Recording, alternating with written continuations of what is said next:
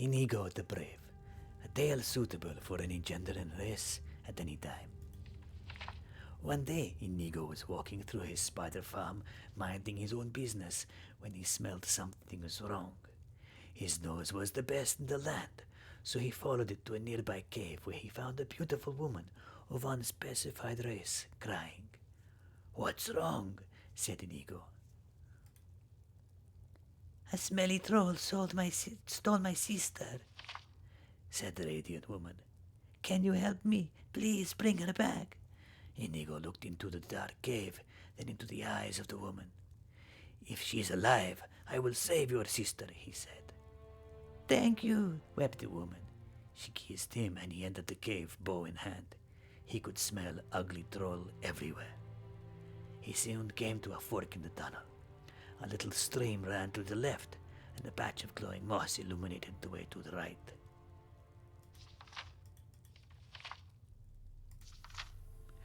The mossy tunnel was almost as bright as Inigo, and soon he saw movement up ahead. It was a smelly troll eating something. "Run at the troll." Inigo let out a barbaric yelp and ran at the troll.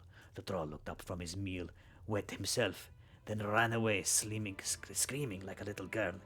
It had been eating a local farmer by a slimy hole in the ground. The farmer was not anyone's sister, so Inigo pressed on. Jumped down the hole. Inigo landed lightly and looked about. He was in an immense, bad-smelling chamber. The sound of messy eating surrounded him. I'm going to growl loudly in a terrifying manner.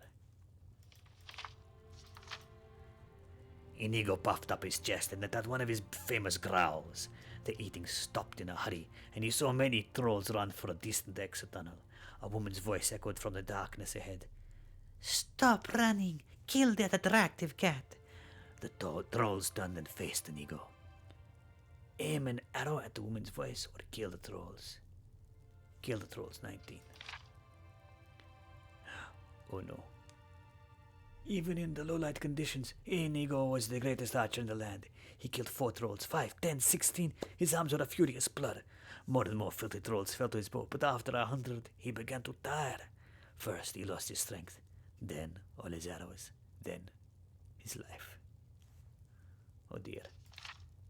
Let's go with aim and arrow at the woman's voice, 18. Inigo used his keen senses and aimed through. He heard the woman gasp and fall to the floor. The trolls lost their nerve and ran away. Inigo could hear that the woman was near death, but still alive. I approached the woman. The woman was crumpled and bleeding. She smelled very ugly. "My sister sent you, didn't she?" she gasped. "Now die!" The troll hag suddenly slashed out at Inigo with a glass dagger. I be friendly. I grab her hand. Inigo grabbed at the hag's hand, but she was supernaturally fast, and the dagger sliced poor Inigo's arm clean off. He stumbled back. He tried to draw his bow, but he was a hand short, and it fell uselessly to the ground. The woman fell on him, slashing and stabbing. The last thing he heard was the troll hag's manic laughter.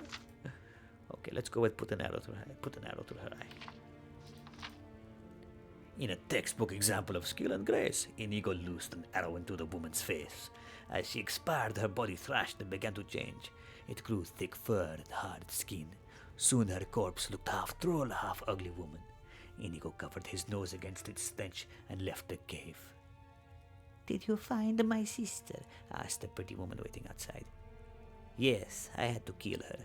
I am sorry," said Inigo. "Thank you," said the woman. "She was going to kill me if I didn't bring her more food for her trolls." Inigo was very understanding and took her to his farm to recuperate.